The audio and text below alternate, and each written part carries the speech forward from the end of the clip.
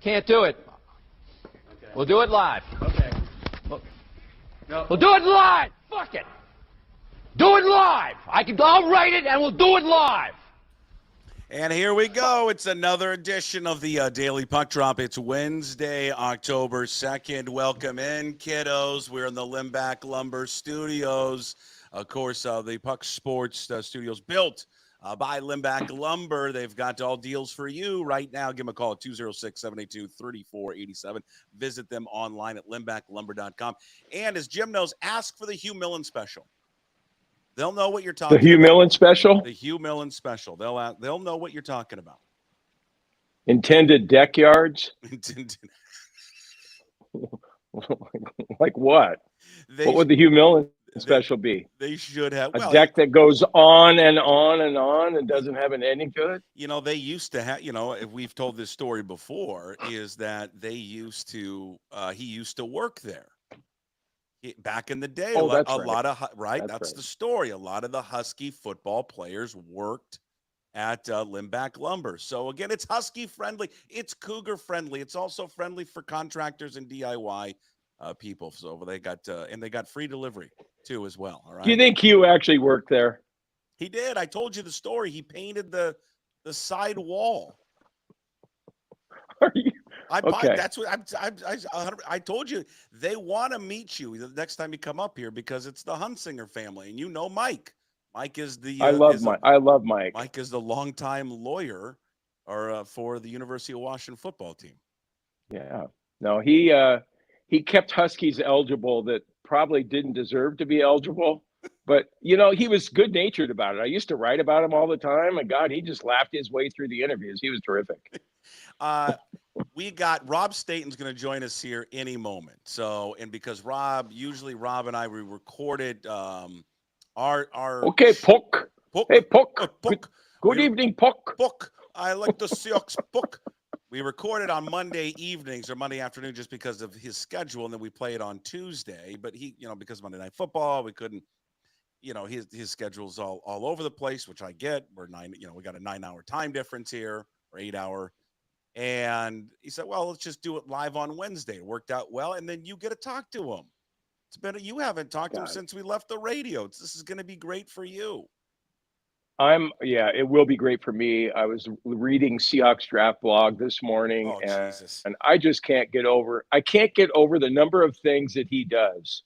I mean, not only is he covering the Seahawks as well as anybody here in town, but then he covers the draft. Oh, the draft. And he talks about all the prospects for each year and, the best positions and what kind of draft it's going to be. And then I think his number one job is covering soccer over there. It's just insane. I get tired just looking at his schedule. Yeah, he hosts a sports radio show, basically. It's on the BBC that just covers European football. That's his real job. Yeah. It's unbelievable. Hey, and he's got a family. He does have a family. It's a beautiful family as well. I feel very old to look at this. Do you use readers? You don't have to use readers now. What, glasses? Look at that. No. Oh, you have to use those now? Yeah, especially at night. I can't. Why don't you get one of those? One of those, laser vision endorsements like, all the guys at KJR get. Well, I want the one that Furness has got. That's the one I want. Well, I want the one that fixes the what is it, nearsightedness? Nearsight. I don't want to be able to wear readers anymore. What's that? Okay, so your problem is you can't close up, you can't read things. Correct. So whatever, Ian got that. I want that. I want the surgery that takes away the readers. Okay, you know how you give me shit about being old? That's one thing where I'm not old. My eyes are still good. I can read. The only time I really need glasses, only when it's raining, is at night when I'm driving. Well, here's the deal, though. Like, this happened fast. Like, within 4 months. I went from perfect vision, like I read anything, to in 4 months, like I can't read anything. Like up close, I can't read anything. Fast. But it's worse at night than it is. Like, during the day, I don't need them. Yeah. So you're surprised by that fast development? I am surprised by it. Yeah. I mean, I read it. I like to put them on so I can read my daily newspaper. Yeah. God, I miss getting the Times. Can I read you my favorite? Can I read you my favorite thing? I know Rob's waiting by. We're going to get to Rob. Hey, by the way, speaking of the Seattle Times, congratulations to Tim Booth. Tim Booth. Going from Associated Press to the Seattle Times. Jeff Baker went to take a job with the Kraken. You know what his real job is going to be, though, with the Seattle Times? Is he going to cover the Sonics? Yeah, that's his deal. He's basically the Sonics reporter. But without actually saying it, that's what he is. Well, we'll see. But I'm happy for Tim. That's literally what he is. His role is to cover the expansion, and then when they come, he's the guy. And he's going to help out with hockey. He's going to help out with the Mariners. He's going to help out with the Seahawks. But that's his primary goal, is to cover the Sonics return, and then he's the guy, which is just awesome. Yeah. Well, it's a lot of work. It's a lot of work, but again, I may be speaking out of turn. He might be a little bit more professional than you back in the day when you were covering the team. But hey, you know what I'll say? Like, I always downplay myself and kind of ridicule myself, right? I covered the beat really well. I did. And you can ask somebody back in the 90s, and I know you were 8 years old reading my shit back then, right? No, I was 90s. I was, junior high. Like 90 to 96, I covered the team. Yeah, I was junior high. Yeah, in high school. That was back in the days when I busted my ass. I did. I worked more than 40 hours a week. Hey, Rob's waiting here. Can I just read you my favorite? Do you like the rant section of the newspaper? Well, I know how much you love it. You like the rant and rave. The rant today. I sent this to Mike Gastineau, who loves it as well. It's the end part that gets me. Rant to the gentleman driving in the Sandpoint Country Club neighborhood recently, who yelled at this senior lady trying to corral her lab who had gotten loose from his lead. Did you think I purposely let him loose to briefly block your travel? Because that is how you rudely put it to me. I know the rules. I live in the neighborhood too, but apparently the rudeness and disrespect were your go-to. I'm guessing that because you are of a certain age group, you feel entitled to treat people any way you want. Unfortunately, I see this in Seattle often. Entitlement. Rant to me and my disrespectful dog. Who would not listen? Isn't it kind of rich of some old lady who lives in the Sandpoint Country Club to lecture people about, check my notes, entitlement? Yeah, fair enough. Yeah. Well, I mean, my dogs are off the lead quite a bit, and they don't just break free because they don't have a lead to break free from. Yeah, that's right. I loved it when I see this. I see this entitlement all the time.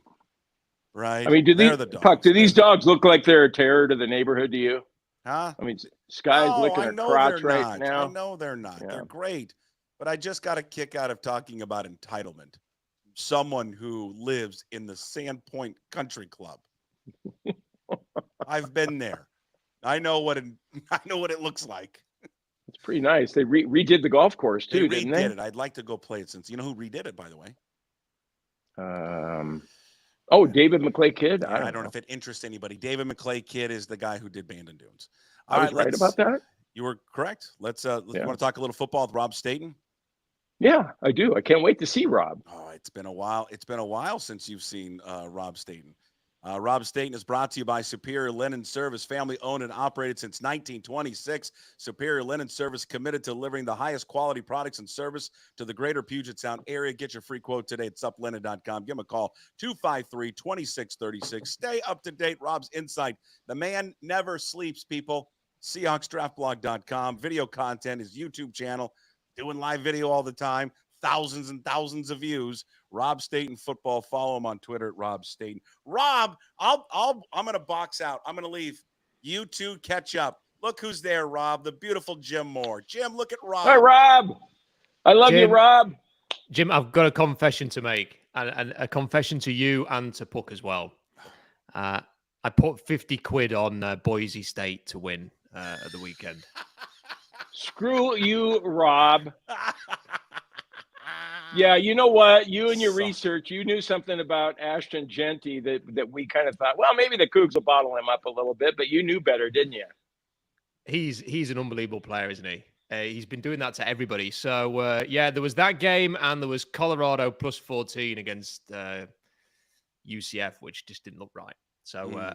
I enjoyed my betting weekend. That was pretty good. Yeah. Well, who do you like? Who do you like this week?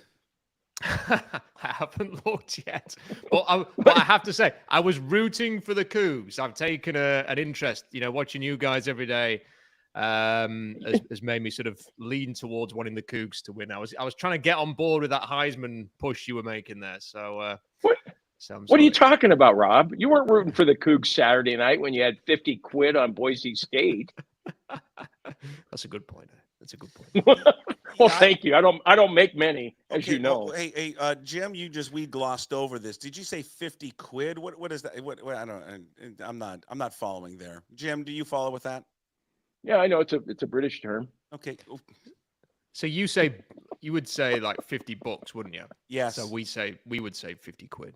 50 quid. Okay. For 50 English pounds. Don't sit there and act as if you knew that more. You didn't know that. So what'd you do, Rob? Just go to the corner? I mean, you guys have like gambling shops everywhere over there, right?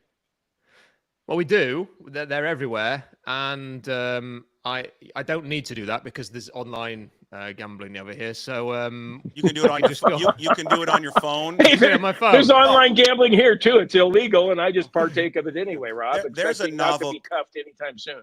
So there's a novel concept. You can actually do it from your phone there. That would be fun to live in a place where you could do that.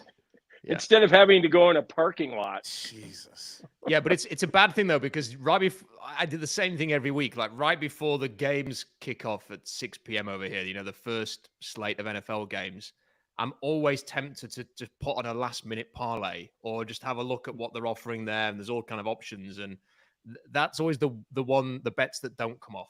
So I need to avoid a bit of that. That's the problem with having it in your phone, I think, in your hand. Do you like Jim and I will do time to time? Do you partake in-game betting? No, I have some friends who will say like, "Oh, now would be a great time to get on Kansas City when they go 10 points down in a game because you'd expect them to come back." But I don't think I've ever done that. No, I don't think I've ever done it in game. Jim, have you? No, I've done it a few times. Oh. I think live betting is a mistake. You're chasing your money in the game, and then you can double your losings by doing that. I haven't gotten into the betting on the props either. I mean, my kids are into betting on. They take after their dad a little bit. I'm kind of proud of it. But they do the player prop stuff all the time. Like the other night, we're in Boise, and it's still it was bleak for the Cougs in the fourth quarter, but. Mikey was sitting there going, God, if Chris Hudson could just anytime touchdown, Dad, anytime touchdown. And then Chris Hudson had come out with an injury and he was all bummed out. But it still gives you interest in a game, though, if your team is out of it like the Cougs were Saturday night. I kind of enjoy in-game betting. Do you? Oh, God, it kind of means you're sicker than normal. Yeah, hey, Rob, over there across the pond, like for us over here, betting on the WNBA and spring training baseball is rock bottom. What's rock bottom over there? Wow. I don't think we have anything at quite that level. Okay. So you can bet on like how about reality cricket TV over here. Like, well, cricket's a great one to bet on. Cricket's huge. It's huge over here. It's huge here, Australia and India. So it's quite a strong cricket bet in there. But all of our sports, all of our main sports are on there. But you can bet on stupid things like reality TV and stuff like that over here. So that's probably the lowest of the lot. Yeah. Hey, Rob, how do you do it anyway? We were talking before you came on, like everything that you're doing with covering soccer over there, the Seahawks here, and then the draft on top of that. How do you find time to work everything in? I have the best wife in the world, who is very, very patient and lets me indulge all of my obsessions. So whether that is, hey, I'm going to go to Germany and watch England play in the Euros final this weekend. Fine, have a great time. And then I'll just go off and do it. And then at this time of year, hey, I've got to write this 4,000-word article about Alabama against Georgia. And she just says, you crack on and do that. So, but the good thing is that some of this stuff pays for our holidays, so she gets that benefit out of it. Okay, yeah, that's Jim. Wouldn't it be nice to have an understanding wife? Your thoughts? God, she already yelled at me this morning for the way I put the blanket on the couch. Like, Jesus Christ, are you fucking kidding me? Yeah. God, those are our problems. You should have talked to my first wife. I mean, we had legitimate problems in my first marriage. So my wife works at home. I'm gonna whisper a little bit because she may or may not be on a call. So she works from home. She's out in the living room. If I go out there when she's on a call and just try to, like at lunchtime, just start to make a little lunch, I make any noise, I get a. What are you doing? I don't know. Getting lunch. You could go into the office. Yeah, but how would you feel if she came in right now and disturbed you? Yeah, but this is important. Yeah. Okay. So, Rob, when was the last time you worked a 40-hour week? Oh, there's no 40-hour week. The guy, he's not working 40 hours. Come on. No, I know. That's why I'm asking when the last time was that he actually worked one. No, so I did my day job, and then I'll come home, I'll walk the dogs, and it's pretty much straight into like the draft stuff after that, and then my weekends, if I'm working for the national radio on the NFL, then that will take up a few hours on Sunday. Otherwise, I just watch, Red Zone all the way through to the Seahawks, and then all the streaming stuff. So it pretty much takes up my life, and then during the summer I have a social life, which is quite nice. But from August to April, it's pretty much day job and then other job, NFL draft stuff. So yeah, but I enjoy it. Okay, let's get into. Do you drink heavily to get through it? Does that help at all? Or sometimes. Not everybody copes the way you do. All right. No one wants to hear about his drinking habits, his hours that he works. I do. Or that he walks his dog. I love Rob. He's on here to talk about football. All right. I want to know, despite the loss, you encouraged by how they played. I came away from it, Rob, thinking of the Seahawks. I felt pretty good about it, even though that they lost the game. Well, I came away from thinking, first of all, Ken Walker is a heck of a player. What a player. That was just an unbelievable rushing performance from him. And if he can stay healthy, he could have a chance to be the rushing leader this season, even despite the fact he's missed 2 games already. So what a player. I think that game puts to bed 2 of the things that have annoyed me most about what is often described, guys, as analytics Twitter, which is that running backs don't matter. When you see a performance like that, how can you say they don't matter? And the other one was that pass rush doesn't matter as much as your secondary these days. Well, clearly not having Leonard Williams, Boya Mafe, Byron Murphy, that Uchenna Nwosu had a massive impact on that game because the Seahawks just couldn't do anything on defense, and it undermined what was a tremendous performance from pretty much everybody on offense. So yeah, I didn't come away that disappointed and despondent. I kind of expected them to lose anyway, given all of the injuries. To see Geno Smith play the way that he did, Ken Walker, the offensive line held up for the most part. I think I came away from that thinking I'm really positive about Ryan Grubb on the offense, and I think this defense will be a lot better than that when players get back. Yeah, I look at it, Rob. Like I'm with Puck. I was more encouraged than discouraged. I mean, what were you supposed to expect from that defense with so many injuries? And then you flip it around, and Geno Smith. I mean, I don't know where you were on Geno last year or the year before exactly, but now, I mean, can you make a case that he's top 10, maybe even top 5 among quarterbacks in the NFL now? This is a strange year, though, isn't it? Because you can definitely make that case. I mean, he's played. I've not seen every quarterback play, but I'd be surprised if there are, let's say, 6 better performers at quarterback than him so far this year. I mean, even Patrick Mahomes has struggled for the most part, and the defense in Kansas City has won them their 4 games. So he's played exceptionally well. But isn't it weird that he's played as well as he has? And we can sit here and having seen the games and say he's been unbelievable. And yet his stats, like he's got 4 touchdowns and 4 interceptions. It feels like he should have 10 touchdowns and like 1 interception with the way that he's played. So it's a bit of a weird one with that. But he's played so well. I mean, like watching him, like every time he dropped back on Monday night, he had confidence he was going to deliver. And these were like difficult throws. They were not like dump-offs and yards after the catch. It was like thrown into layered areas, thrown into tight windows. And he was fantastic. It's just a shame that, on defense, David Montgomery had a 40-yard catch and run that with the players bouncing off him like it was back to the last season under Pete Carroll. You'd got Jared Goff catching a Philly special. And was it Travis Gibson who was in coverage there? I think so. I hope there was some banter going on this week about the fact that he could not catch up to Jared Goff, who I like how he waved at his arm to try to block the pass. I mean, they didn't throw it in. They didn't throw it in completion in the entire game. I know. Think about that. And then the other one was when they put together a fantastic offensive drive that took time off the clock. It was brilliant. And you're thinking, right, here we go. The Seahawks are in the game. And then like one play later, Jameson Williams was just running downfield untouched for 70 yards. Like if the defense could have just done a little bit more and like avoided those back-breaking plays, then that would have been good. But look at the players they had out on defense. Like somebody I saw on Twitter, like Jeff Simmons, who I do some streams with, said it'd be like expecting the offense to play brilliantly without your starting quarterback. And that's kind of what I think the defense looked like. I mean, because that was like the follow-up. Like, how much do you weigh their defensive performance because of the guys that they were missing? I mean, they still ended up, I mean, despite the guys that were out, I mean, there was three, the key guys are Mafe, Murphy, and then Leonard Williams. I mean, Love goes out in the game. I'm not going to put Baker up there in that category. That's just me. But I mean, they still gave up 42 points, and a quarterback did not throw an incompletion. So, I mean, how much do you weigh, that performance with the guys that were missing versus, maybe they're just, they for the first time faced an offense that was really, really good. Yeah, I think it's a really difficult one that we're going to have to just see how they get on against the Niners a week on Thursday, and then see how they get on against the Bills, and then we'll have a better picture, because hopefully some of these players will be back.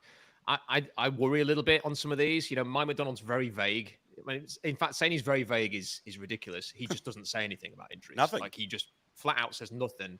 So you can't really take much of anything that he says about them. But it doesn't feel positive. Like, the vibes around, like, Byron Murphy's going to miss a few games, and Leonard Williams has got a rib injury and no one's talking about it. Like a rib injury. I think you had Garafolo on last week, Puck, and he said that's the kind of thing that could take a big man out for the whole season. Potentially. The fact that he was like running around or sort of joking at practice the other day made me think if it was that serious, he wouldn't be doing that. But if these guys miss a bit of time, then this could be a bit of an issue for the defense. And you do wonder, look, they've got $12 million to play with here. The trade deadline's, in a month's time. Do they have to go out and have a look what's out there? Do they have to go and fill in some gaps here? Because you'd hate, with the offense playing the way it is, you'd hate for the defense to be a big liability over the next few weeks and ruin what feels like a really good chance to have a go in the NFC West and, take on the Niners in an NFC year where the Eagles look like crap.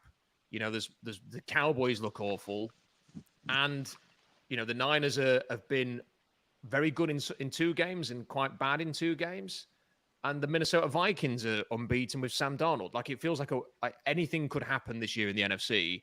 So will the Seahawks will they go and have a look and see what's out there to give themselves the best chance to have a great season this year? Because it feels like there's openings there for a number of teams. Yeah, I agree with you on that, Rob. You think they have a decent shot of playing in the NFC Championship game?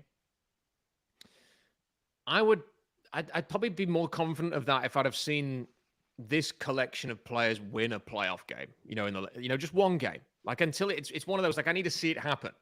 Like, if the Seahawks end up on the road in Detroit again, or Minnesota, or San Francisco in the wild card, I'm not confident they would win that game. So I kind of feel the need to see them win a game like that to believe it. But if they can win the NFC West and any of those teams have to go to Seattle, then I would think they could win. I would feel belief in that. But I kind of have to see it first, and who's healthy and stuff like that. Whereas I've seen the Niners win games. I've seen the Niners win playoff games last season. They should have lost 2 of the games, and they won them both, got to the Super Bowl.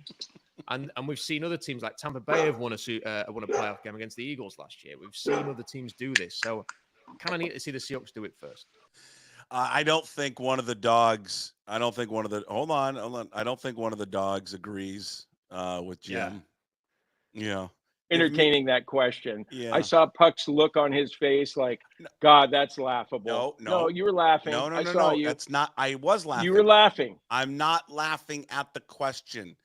What were you laughing at? I'm laughing at because that was a gambling question. Because you're going to put no, it wasn't a gambling question. It was for the greater good. It was for your audience. You're going to put because money honest down. to God, I look at the NFC and I'm going, well, you look at the Ravens the other night and you're going, oh shit, how are you going to beat them? But in the NFC, do you see a team the Seahawks can't beat?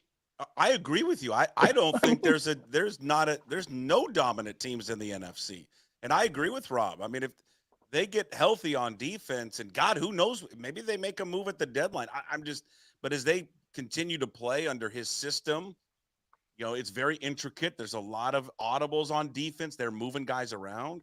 And with the way the offense is playing, yeah. I mean, I want to see what they look like against San Francisco. I mean, San Francisco still won't be at full strength, but yeah, I don't think that there's not right, Rob. There's not a runaway winner in this division or in league, I should say, or conference. There isn't. I mean, I watched quite a lot of the Niners. League, division, conference. I couldn't spit it out, for God's sakes.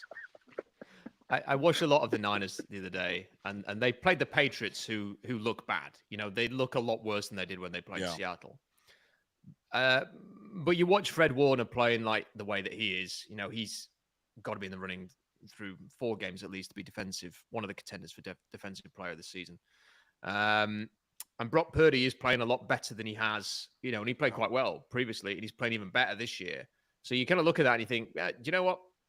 They're going to be tough. They are going to be tough. And that's why I can't wait for a week tomorrow to see what, you know, it's game's coming up, isn't it? You know, to see what the Seahawks are going to do, because as I've said to you before, Puck, I flew all the way to Seattle for the game between the Seahawks and the Niners in Seattle on Thanksgiving last year. And it was horrendous. Like, it was just at halftime, I was thinking of going back to the hotel for an old fashioned because it was that bad. And, you know, I've traveled all that way to watch it and they just got destroyed. So I need to see the Seahawks play the Niners close, especially in Seattle. You know, give them a game, preferably win that one, if for no other reason, because I know a couple of San Francisco 49ers fans and they're quite irritating. Hey, right tackle, how desperate do you have to be to bring in a 42-year-old guy again? Yeah, pretty desperate. I mean, the league is having a massive problem with offensive linemen. And if you look at what's coming up in the draft, there are not going to be a lot of easy solutions there. So I think the whole league's going to be looking at this picture and thinking, you know, there's probably about 20 teams right now who've got a terrible offensive line.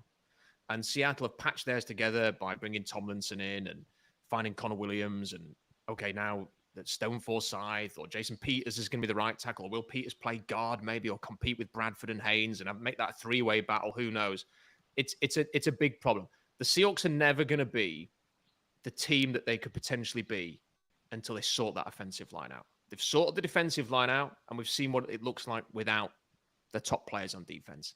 They have got to sort their offensive line out. That is going to be priority 1, 2, and 3 in this offseason, is to get that offensive line fixed. But it is probably, short of finding an amazing franchise quarterback, it's probably the second hardest thing to do in the NFL. Oh, I mean, without a doubt. There was a moment in the game, and I want to see what you think. And Jim, you volley in here too. The analytics, when to go for it, and when to go for 2. I thought that the decision to go for 2 was way too early. I understand the thinking behind it. Totally get it. I mean, it makes sense when you start talking about it and looking ahead to the other scores, but 3 minutes to go, Rob, in the third quarter. Why? What's the point of doing that at that moment in the game? It's being a hipster. It's being football hipster. It's trendy. Hey, we'll go for 2 because then if we get the 2-point conversion, we'll be driving to take the lead next time. Just kick the extra point. You know, I was watching a game, we covered it over here on the radio, Dallas against Baltimore. And they went for 2. They were chasing the game. And they went for 2 very early and didn't get it. And everyone was like, why did they do that earlier? Oh, it's the analytics. And then they went for 2 again and didn't get it. And then they kicked the extra point. And it turned out that in the end, they had to get a touchdown rather than a field goal to tie the game. And you're thinking, if you'd just kicked the extra points, like, it would have made your life easier. Like, it's overthinking it. I'm getting a bit bored of all this sort of analytics stuff in football. Like, especially if you're in field goal range early in a game, take a 3 points. You know, if you're the Eagles and you know a field goal will get you a 6-point lead against the Falcons, you know, the previous Monday Night Football, just do it. You know, make Kirk Cousins go 70 yards against your defense with one leg to beat you, as opposed to what ended up happening. Like, I just don't understand it. And I didn't like it. I didn't like the call that they had for the 2-point conversions either. It was like low percentage throws to the outside, 1v1 with DK Metcalf. I would have liked a bit more creativity there. Granted, DK, I think, actually scored a 2-point conversion. Then he was in for sure. Oh, yeah. But even so, I didn't like it. I didn't see the point of it. It annoyed me at the time, and it was 3:00 in the morning, so it was even more annoying. Okay, a positive thing from the game. My favorite play was that throw to JSN, and then he threw it out to Charbonnet. 3rd and 16, they pick up 19 yards and get the first down. Are you kidding? The only time you ever see that play in football is at the end of the game when you're so desperate that you have to just be lateraling all over the field. And so, I mean, Ryan Grubb, I know the Seahawks are passing probably more than they want to, but that might be a reflection of Ken Walker being out, and maybe they'll get back into running it more. But I absolutely love that play because it caught everybody off guard.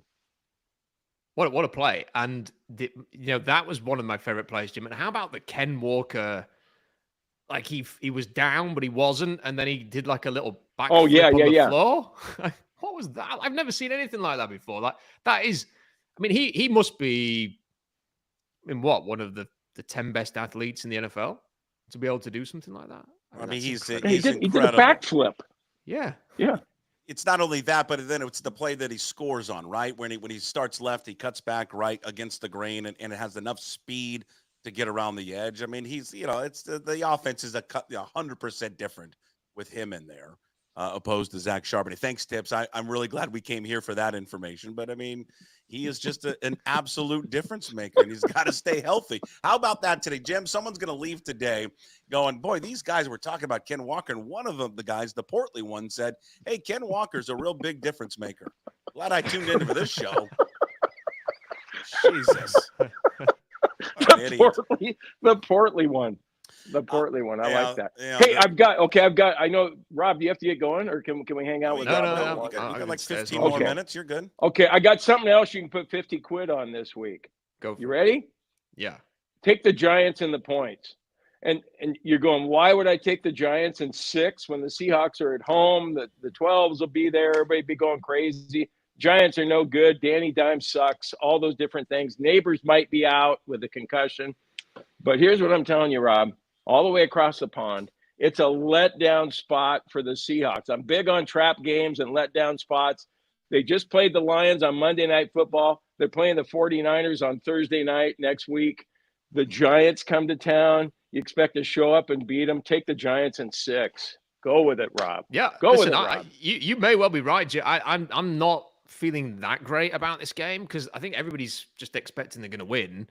And, who is Leonard Williams and Boya Maffei and Byron Murphy and Jerome Baker? Are they all going to be back? Is Julian Love out now? Are they all going to be back? Because if they're not, that's a huge issue. And, I don't think it's a given that, the Giants have played poorly, but they have had a couple of games where it's been close. So I'm not dismissing that at all. And I don't know. Do you have a word for when you bet against your team? For it's because if you win, you're happy, but if you lose but win the bet, it's like a little consolation prize. Yeah, we call it the go-to guy. That's what he does. Hey, Rob, I can't get him to bet on the Cougs, man. That's our team, and he won't even bet on our team. Rob, who's your favorite team? The Seahawks. That trumps anything European football team. Oh. Well, I'm English, so it's English the English national football. The English national team. Do you bet on the English national team? I have never bet on England. No. There you go. Why? Is it because you don't think they're going to win, or is it because you get too nervous and stressed out? Yeah, I think it's probably a healthy dose of skepticism that England have never won anything in my lifetime, and also the fact that England. It's probably more important than life itself that England wins something before I pass. So I don't want to go anywhere near that. So wait a minute. Hold on. England has routinely let you down every year? Yes, I am 40 now. Okay, so welcome to being a Coug and / Mariners fan. That's what it's like. But Rob, it's a double dose of it. Yep, I can feel that pain. I feel the pain. Like there is some crossover between the Mariners and the English national football team. Both run appallingly and make terrible decisions all the time. So. But at least you've got to. What did you get to? What was the championship game you just got to?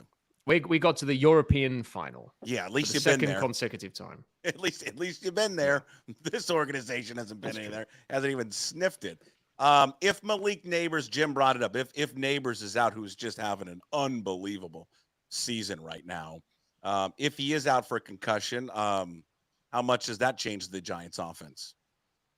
Well, it does an incredible amount of damage to the Giants because they don't have Saquon Barkley anymore. Their running backs have been, I think, somewhat efficient, but not explosive. They don't really have anybody else on offense that you would be scared of. Defensively, they have basically Dexter Lawrence, Brian Burns, Kayvon Thibodeau, and not a lot else. So, yeah, look, he's such a great player. Like he showed in that game he had a couple of weeks ago that he's an unbelievable talent. So if you don't have to deal with that, it's great. I can remember Odell Beckham when he was a rookie coming to Seattle and like having a breakout performance. So, avoiding any kind of repeat of that would be nice. So, I expect the Seahawks to win, but I think Jim makes a good point. It does feel like a dangerous game. And especially because, the difference between going into that Niners game at 4-1 and taking them on at 4-1 and feeling like, oh crap, it's now 3-2. And if they lose this game, it's back to 500. That feels like a big difference. Like imagine if the Seahawks won the next two games and 5-1, how positive we will feel about them versus if it's 3-3. That does feel like quite a strong difference there. Hey, Rob, I really appreciate the compliment. I think I've made 2 or 3 good points today. And do you think I'm wasting my time on this fledgling podcast and that I should maybe be it's not with a ESPN podcast when it's live or the NFL Network, something like that? Like I'm kind of a bigger deal. I'm kind of lowering myself being on this just like you are. So you think I should, set the bar a little higher? Well, Jim, I have to say, I listen every single time you're on. So every Monday, Wednesday, and Friday, and it is the perfect complement to my nightly dog walk, or if I'm driving home from work at 6 p.m. my time. And I think it is a must listen every night. So I sincerely hope that you don't go off to join First Take or any of these other big shows. That you would be perfect. You would raise their level. Yeah. You would raise their level significantly. Hey, Rob, I'm going to. I can't see myself yelling like those guys. God, those guys are just yelling all the time. I'm going to let you know a little secret that Rob, they're not going to be banging on his door. Yeah, let's hire that guy that's from their Seattle loss. who's been fired twice. Yeah, Rob, idea. There's only one reason he wants to go work on First Take. Just tell him the reason why you want to go work on First Take. I already know. He likes fat Molly, Kimberly. No, he likes fat Kimberly Martin. Kimberly Martin. Yeah, the fat. Who are you to call people fat, man? I mean, come on. What the hell? Kimberly Martin's hot. Okay, and she does a good job. Is that all right? Did I like her? Just good for you. I mean, I didn't know that was okay? It. Didn't know that was, it's a weird, we just didn't know that's what you were into. Rob's speechless. Oh, Rob wants to get off this thing as fast as he possibly can. That's what he wants to get off of. He just getting he didn't, you know what, Rob didn't say anything about listening to your podcast Tuesdays and Thursdays, but you're doing you're joining on with your monologue. Trust me, it was duly noted. Duly noted. Well, I'm on a Tuesday. I've heard it all, so it's fine. Yeah, don't worry about duly noted. Hey, before you go, you wrote up at SeahawksDraftBlog.com just a whole recap of the college football weekend, guys that you were watching. Jalen Milroe, okay, that was the game. That was the game of the weekend. Probably going to be the game of the year. Alabama and Georgia. We've talked about him a bunch here. I like many people intrigued by him. There's always going to be the natural connections because of Kalen DeBoer and then Ryan Grubb and all of that. Can you envision him in a Seahawks uniform? Where, in your opinion, where is he at right now as an NFL prospect for the draft next year? I think he's quite a long way off being in a place where you would feel comfortable starting him. Now, if you compare the Alabama-Georgia game last season, he was awful, as a passer. He was just basically a running back playing quarterback.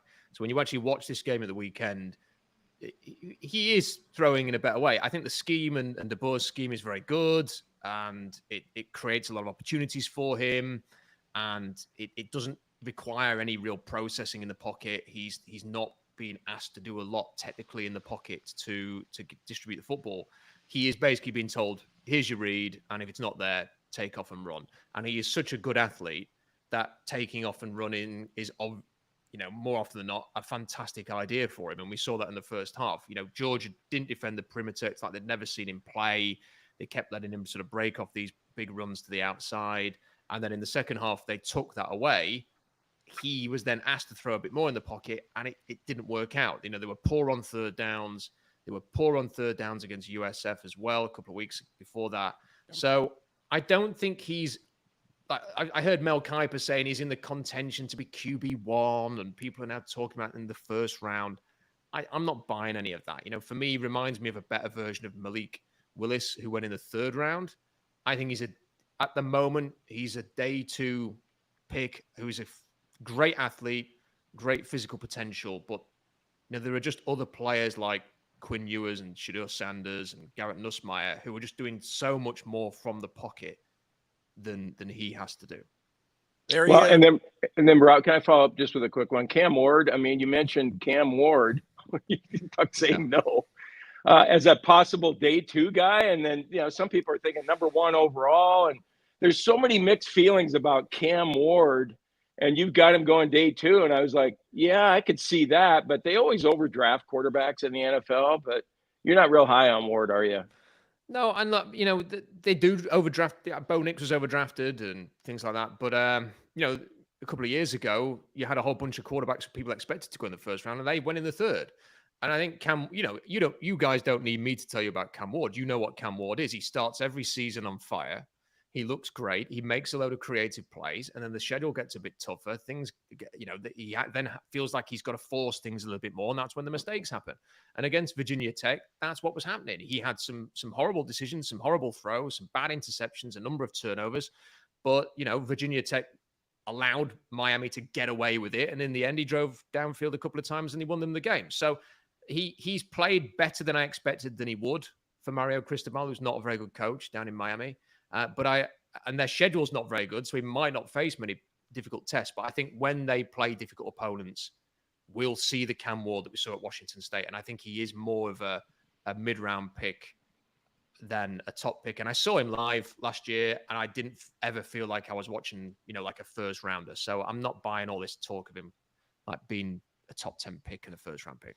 Rob Staton, brought to you by Superior Linen Service, family owned and operated since 1926. Superior Linen Service committed to delivering the highest quality products and service to the greater Puget Sound area. Get your free quote today at suplinen.com. Give them a call, 253-383-2636. Stay up to date with Rob's work, SeahawksDraftBlog.com, with the 2 storylines with Ward and also with Milroe we just talked about. Video content, great YouTube page, great channel, Rob Staton Football, and follow him on Twitter at Rob Staton. And in case you came in late, just missed this, I'll be up on YouTube, later on Apple, Spotify, wherever you find your podcast, and of course up at PuckSports.com. Thanks, Rob. Appreciate it. Thanks for doing it. Thanks for putting up with Jim. Thanks, guys. Jim, great to see you. Keep up the good work, guys. Yeah, you too, Rob. Take care. Okay, Rob Staton. Do you want to stick around? Not really. Oh, you don't? Well, I got Divish coming on next. He'd love to probably talk to you. Oh, do you? Oh, okay, sure. Hey, you know what I love? One of those English words that he had, and he said it twice. Did you catch that? I did not. Schedule. Oh, schedule. It's not schedule. Yeah. Schedule. Yeah. Ryan Divish is with us now as we transition to a little baseball. It's brought to you by Chalet Bowl, Washington's oldest operating bowling alley, proudly serving the community since 1941. Located in Tacoma's historic Proctor District, they have been family-owned and operated for over 40 years, delivering top-notch customer service and a unique 12-lane experience. Check them out at chaletbowl.com to book your next reservation and experience the best in local fun. Jim, you can stay on here and wrap up the season with Divish. Yeah, how are you doing, Ryan? Where are you? I'm good. Are you in a storage unit? I'm in the garage, and I made sure that I backed up my my little table here to get it out of the sun, because there was one time when I had the laptop in the sun and it malfunctioned. And then Puck, had a shit fit like he always does. Does he get mad at you too, or are you a big deal and he does, he's more tolerant? No, I mean, he gets mad at me because I use my phone, do it in my car, then my phone overheats, and I do it from the Y. There's screaming kids everywhere. Because I never remember that I have to do this, even though we do it every Wednesday at the same time. Well, it's not important enough to you. Well, no, I can see why. I have rampaging ADD, and then you couple that with drinking and, you know, staying up late, and then, you know, any of the other stimulants that I miss chewing so much. Oh God, I was thinking about that. You know, you get back in Montana, everybody's got dips, and I miss chewing so much. No, I don't know. I get in trouble too because I'm irresponsible, but I mean, that's pretty much everybody in my life finds that. Like my buddy Brian, I sent him a text one time about doing something. He goes, "This is unbelievably like organized and responsible for you." And I said, "Yeah, Cindy did it. I didn't do it. I don't do these things. I am just wandering through life lost most of these days." To be fair, I send you reminders most every the day before. Yeah, but like, do I acknowledge the reminders?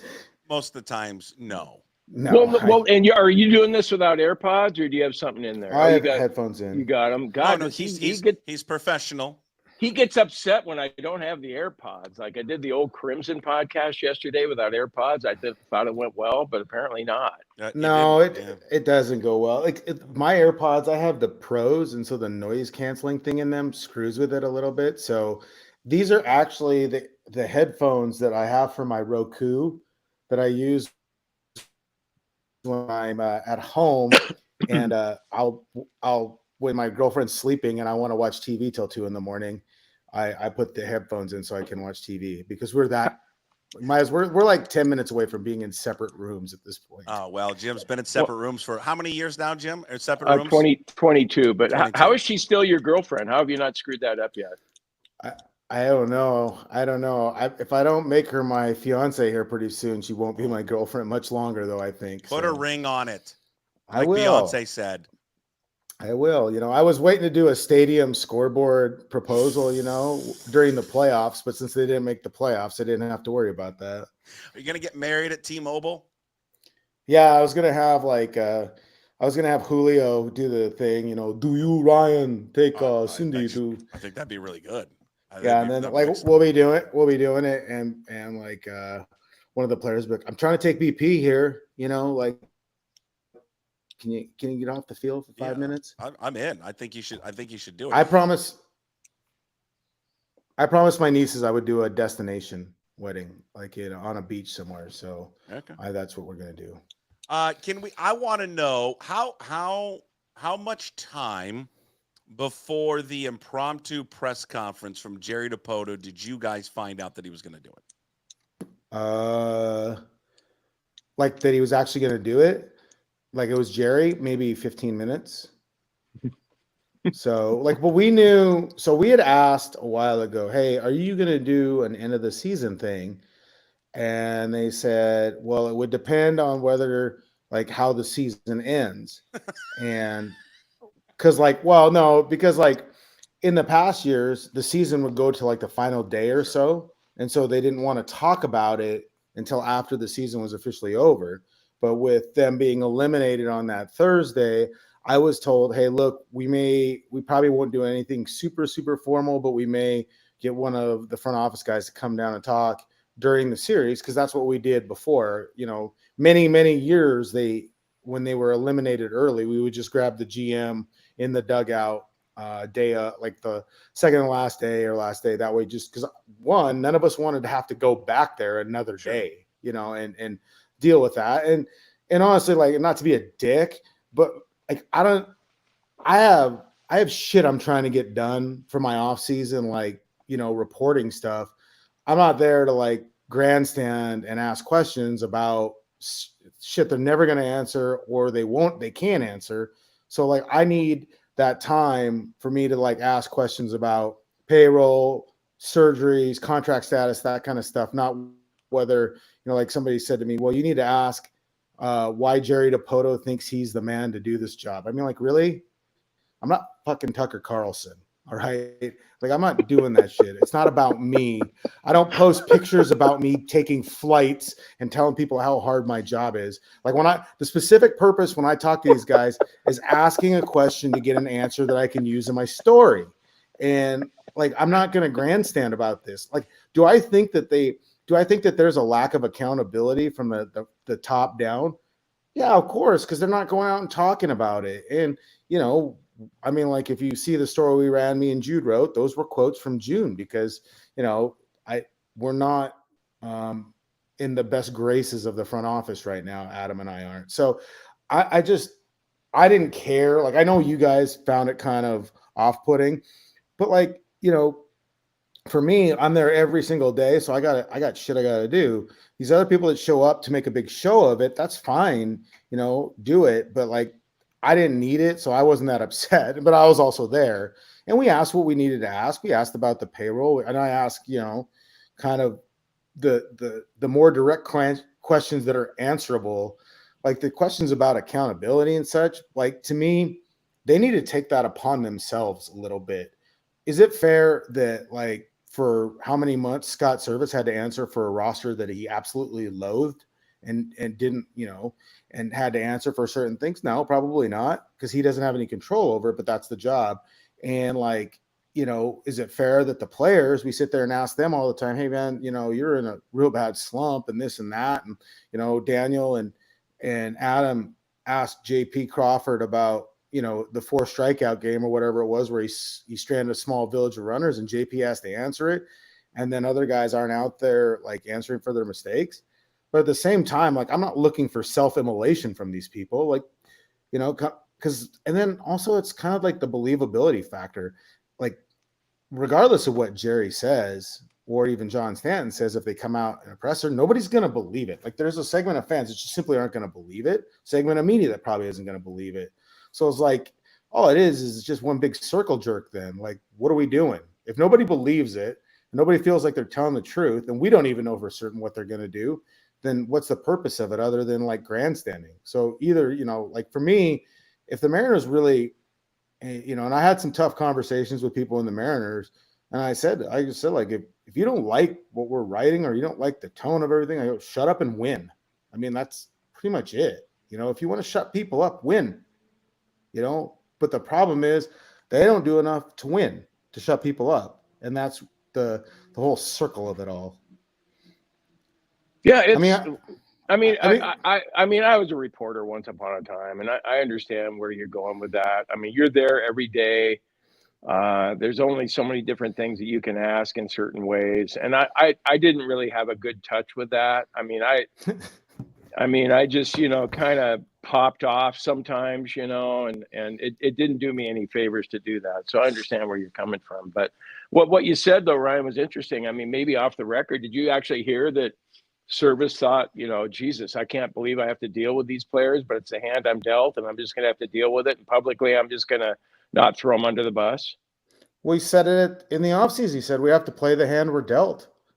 They wanted real dudes. They didn't want to have to, like, I mean, why do you think he went and talked to all these guys about the roster turnover that they were having? Like, he knew that getting rid of Gino was going to be unpopular and was going to hurt the clubhouse. And he was hoping that, like, veteran leadership would come from other guys, that Haniger could do it, or Polanco. But Haniger didn't play enough to be a leader, and he's never been that outspoken. And Polanco was super quiet, didn't play well enough. So, yeah, I don't think the thing is Scott, I think, was a realist in a lot of ways. It didn't matter, like, if he would go to Jerry and say, hey, I don't like this direction, or we need to do this.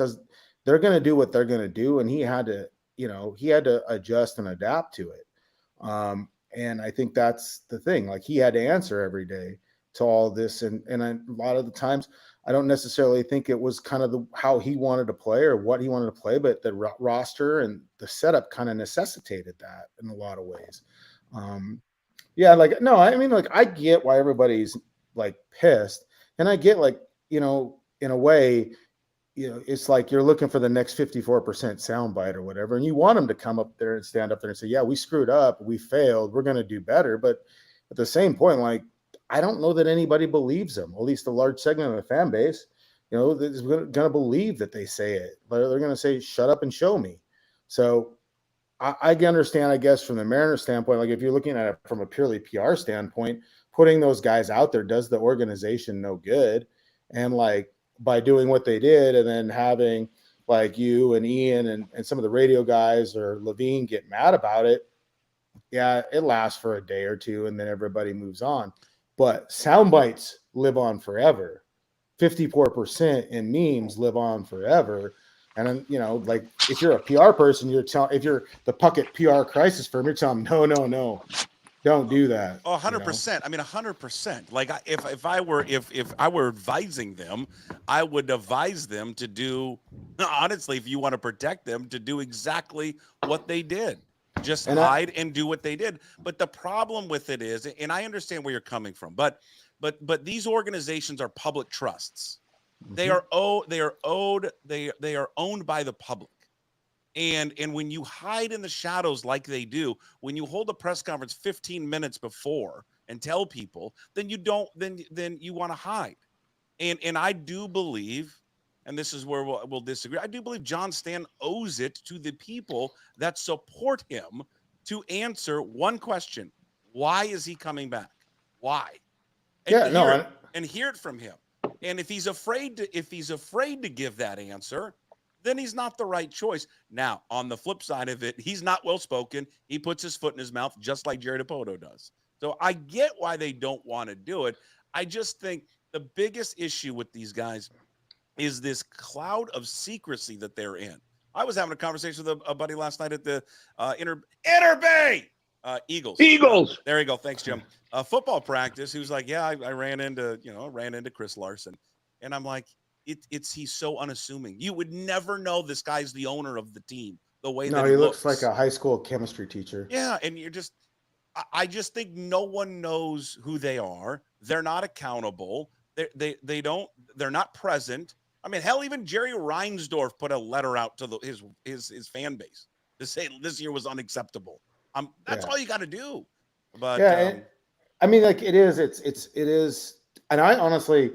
Like, because we'd heard, we asked, and to me, like, even if they had not brought out Jerry or somebody, I mean, like, I have a good enough relationship with Justin Hollander where I felt like I could call him and get some stuff that I needed for the offseason just on planning purposes or, background stuff. Hey, they're going to do this, that, or, is so-and-so like with Brash, you got any updates on his timetable? And I honestly thought that's who would talk to us. But Jerry came out and, and it wasn't necessarily combative, but I think that's the first time I had talked to Jerry in person. Well, I talked to him once in Oakland, and I just asked him a question about Troy Taylor because they had drafted him 2 years in a row, and he didn't. I don't think he really wanted to talk to me, but it was like hey, I'm just looking for clarification on Taylor. Was it a draft and fall or whatever? But I hadn't talked to him much. I mean. He's been kind of absent in that way. We've talked to Hollander a lot because I think they know that there's a divisiveness when it comes out in the fan base. But yeah, I don't have a problem with Stanton coming out and say it. Look at John Middleton of the Phillies. He's come out and been very vocal. Steve Cohen, and they come out with messages. But the one thing is like, can't send them out with a message or even an accountability thing if you don't have a solution or an answer. I think that's the biggest thing that I have right now too. And we asked, like when we talked to John in June, I kind of just said, hey, we still need to talk to you after the season, maybe about what's going to happen with Root. And like, they were very honest. So we don't know what's going to happen. We have one plan where they do the same thing they did this year, run it again, they pay for the production values. They had another plan that involved the MLB handling the production side. And then I think there was a third plan if like an alternative third party like Amazon or somebody wanted to jump into the fray. And I still think that's on the table. So it is difficult. Like as a fan, I understand why fans are mad, but at the same time, I don't know that anything they say is going to change it because maybe it should have been said last year after that season or, more of an explanation, even like with when we had to hear all about payroll flexibility and things of that nature last year, it was, a lot of it afterward, it was through sourcing, it's us hearing it off the record conversations and then getting it confirmed. But like John Stanton never came out and just said, hey, look, due to the uncertainties of Root Sports and our investment in it, we are going to run a payroll similar to last year because we don't know what the revenue stream will be like or whatever. Never said that. Never even. I mean, even issuing a statement would be better than just acting like it's not there. Sometimes, and I remember this happened with Baker. Remember when Baker got Eric Wedge and Tony Bongino to basically kill their baseball careers by coming out and talking bad about the team. The Times, because that's right when I got hired. So I get hired and hear about this. I'm like, holy shit, I'm going to have to walk through this burnt land with, and the Mariners, the Times went to the Mariners and said, here's what we have. Here's what we're going to essentially write, and we're looking for a comment. And the Mariners ownership didn't want to comment to any of it. They just didn't want to. And I was like, and then in the end, you're thinking maybe they should have. It's the same with like the Dipoto thing. We knew, within the days of Dan being or Scott being fired, I had, multiple sources, MLB sources telling me, hey, they gave Dipoto an extension before they did this. That's why they were able to do this. And that's why they're, because like the thinking is if you fire a GM or a president, you want to have a month or two to vet, to self-scout the organization, run what you want to run, see who you want to keep. And so we had people telling us that, and then when we finally knew that it was confirmed, we went to the Mariners and said, hey, look, we have this. We know we have it. Do you guys want to comment? And they didn't want to comment. And that's fine. And still haven't commented on it. They still haven't confirmed that he's coming back. Yeah, I mean. Nothing publicly.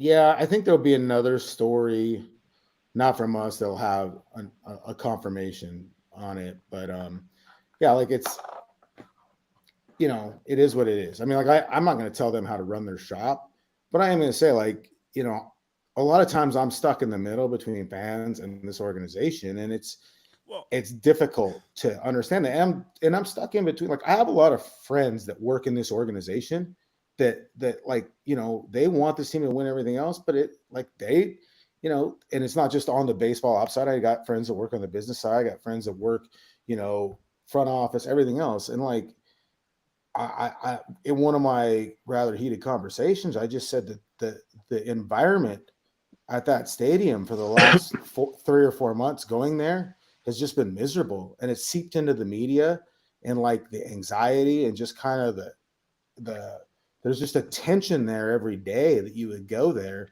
and everybody could feel it. And then like as media, we didn't create it. We don't want any part of it, but we could still feel it. It seeped into what we were. It's like I've loved going to that park, and doing my job. And like this year, it was just like, and it's weird because like they're the nicest group of guys I've ever covered. And like when Scott was there, and even Dan, like Dan is super friendly. And when Scott was there, he'd gotten so much better about talking pregame and postgame. Like it was easy to write about and cover, but like everything surrounding the team, the losing, the fans, the stuff from last year and stuff, like we couldn't write a bunch of the fun stories we had, like I'd done some like interviews on Saucedo and like from his high school coaches and talking about what he was like. And he talked to me about like warning kids, like, don't be like me, to actually go to class, all this stuff. Couldn't write any of that because nobody wanted to hear anything positive about the team when they were free falling.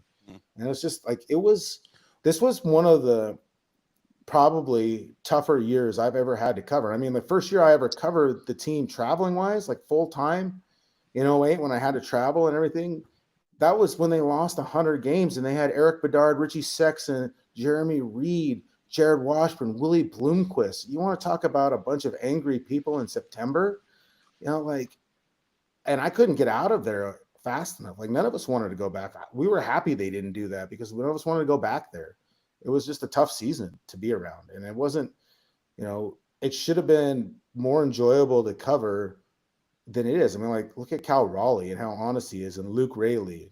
And when they brought in Justin Turner, it's great to talk to. And it just was like, nobody wants to hear anything positive about it. They just want to know, how's it going to get better? How's it going to get fixed? When you real quick follow up, when you guys did the interview in June with Stanton, he gave you a quote that you didn't release back then, but you released this week. And the quote was talking about free agency and resources. And he said, quote, Stanton, we've got the resources to be able to do the things we need to put a good team on the field. We've never been focused on free agent bats, those kind of big dollar free agent bats, as a matter of strategy, not because of anything to do with resources. When he said that to you, how could you, this is not a criticism. I'm just saying, did you realize at the time he said that, my God, when we publish this, how bad this is going to look for him? Yeah, and the way he made it, like I'd have to go back and listen to it again, but like I think we even kind of pushed back and and then, and kind of said, well, and I mean he was kind of like, I think he was talking about the 30 plus, and then guys over 30 more, and because that was the conversation a little bit, and then like their free agent bats, like the free agent bats we're talking about the Sotos and the big boy contracts. I mean, they gave 24 million to Mitch Garver. Maybe they feel like they were burned by that. Like people, and Adam wrote a lot of that story. I wrote some of it, and people they were mad about Adam used the scars of the Robinson Cano contract. And like, yeah, Robinson Cano is a really productive player for the first 4 years or first 5 years, I think, of the contract. And he paid, but like how it ended and how it went so far south and like what it led to, that I think it made him gun shy. And yes, and I mean, I never thought they would have been able to trade him, but they paid on that contract for a while too. And they gave up Diaz. I mean, I think part of the uncertainty surrounding Cano's future with the PED suspension and everything else, and then looking at the rest of the team and how aging were, that's why they decided to go into that step back or rebuild, because they just didn't think that he was going to be a reliable player moving forward and to build around the rest of it. And so, yeah, I mean, I'm not surprised, because I just kind of thought like they were never going to play in that it's not just the philosophy, it was just the will and the resistance to spending that much money on a player. I just never saw them as somebody that's going out there and going to give 30 to 35 million to a player that they don't know. I mean, because like the thing is it's not just the yearly, it's the every year. Like if you're giving Soto 500 million, that's over an extended period of time. And I just don't think they have the stomach to make that sort of investment because of being somewhat risk averse in their spending. I mean, we've said it before. I think that's a really good way to look at some of the things they do, as being risk averse with their thing. Because like everybody said, well, they gave Julio all this money. Well, did they? I mean, there are a lot of stipulations in there where by the end, if they bounce out of that, they've only given him like 175 million. If that they don't exercise the options or the options don't vest and all that stuff, it might not be as much. But they also recognize the value that Julio had to their franchise from a marketing and business standpoint. And I think they also knew that every year that he got better, because like if they try to do that same deal the very next year, it's going to be even more expensive than it was the first year. Hey, Ryan, when you talk about tension surrounding the team, how much of that just had to do with the free fall, the losing, and how much of it had to do with Jerry Dipoto himself? Because we always hear these stories. I mean, whether they're right or wrong, the perception's out there that Jerry's not really a likable guy. And I just wonder, forget about the 8 years out of 9 where you didn't make the playoffs. And so that's a good case to not bring it back anyway. But like the future with Jerry Dipoto, I mean, the word gets out, doesn't it? With agents, with other teams, with other players. Like you already have to fight the fact that if you're a position player, do you really want to hit in that ballpark? Do you want to travel that far to Seattle? And then you got a general manager that's not well liked. My assumption is the players probably don't care for Jerry Dipoto much. And I just wonder if that's the word out in baseball circles too. Yeah, I mean, baseball is a small community with a lot of people, and they talk a lot. And the thing is like, if you look back, there's been a lot of turnover within the front office, the coaching staff, things like that. Some of it, even or like the front office, like ops side or whatever. And some of it was COVID related, and some of it was decision related, and everything else. And right or wrong, as Jerry's the leader of it, they associate him with that. So, there is a section of people in baseball that want to see him fail because they were fired by him, or they fired his friends, or, those kinds of things, or, he got angry at them or something like that. There is a group of that. And I've had some agents say, I just don't like the culture there. Don't like how it works. don't like the field. But some of that changes, we might consider it. But we're not going there unless they pay a lot. Things like that. I'm like, okay, and Jerry's very hard line in his negotiations and how he does stuff. He has a belief in how they want to negotiate all these kinds of things. They have numbers in their mind that are set, probably largely because of the budgets they're constrained to. So in that regard, yeah, there's definitely, there's definitely some dislike out there. You hear it from agents, from certain agents of players that are played for the Mariners, that still play for the Mariners. It's funny though. You never hear it all the time right in the moment though. Like with Winker, I heard a couple agents say good luck right away, and then when I said a few things about him on the radio once, then I had other agents call and say, yeah, our players hated him too, and this and that. I'm like, oh my God, this is a zoo. But yeah, I think there is that. I mean, I think the tension partially was because of what was said.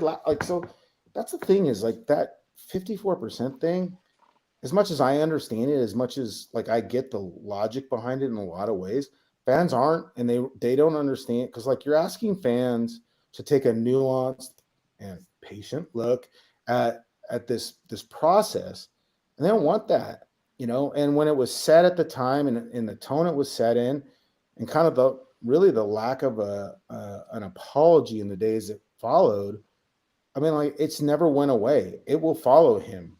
It will follow him forever. He's not walking it back unless they win a World Series. Not walking it back. I might add that if they had won 54% of the games, they would have won the division and gotten the playoffs. But it's there. So you have that hanging out over it. He's not talking really. He wasn't visible. He's not talking. He's the ultimate decision maker on the baseball side. He's not out there compared to what it was last year. Service doesn't have a contract going into next year, essentially. Like, everybody's kind of playing for their jobs, it feels like. And then they get off hot, and then all of a sudden it all falls apart. And you could see it coming, and you could see all these guys not performing, and everybody's looking around. And it was just like, yeah, I don't know. I mean, I think there's some tension with Jerry. I mean, I don't, but does anybody really like their boss, Jim? It sounds like you've never liked any of your bosses. I can't imagine why. Well, I don't like people who fire me. Is that okay? Yeah. Okay. All well, right. But no, I've had several, Ryan, I've had several sports editors, most of them that I really liked. I mean, there was one that was a dick, and he deserved to be disliked. But for the most part, when I was a newspaper guy, I loved all the sports editors I worked for. But yeah, people who fire me, I think, I don't think highly of them. But like the thing is like, yeah, I just, if it's a tough environment or whatever, sometimes it's not enjoyable. I think there could be some of that. I mean, like, I don't know all the intricate details. Like, I read Danny's column, who one of the Mariners employees asked if I ghost wrote it for him. I was like, no, he's a way better writer than me. But like, I didn't know about that survey thing that he was upset about. I'd heard some of the other stuff, and I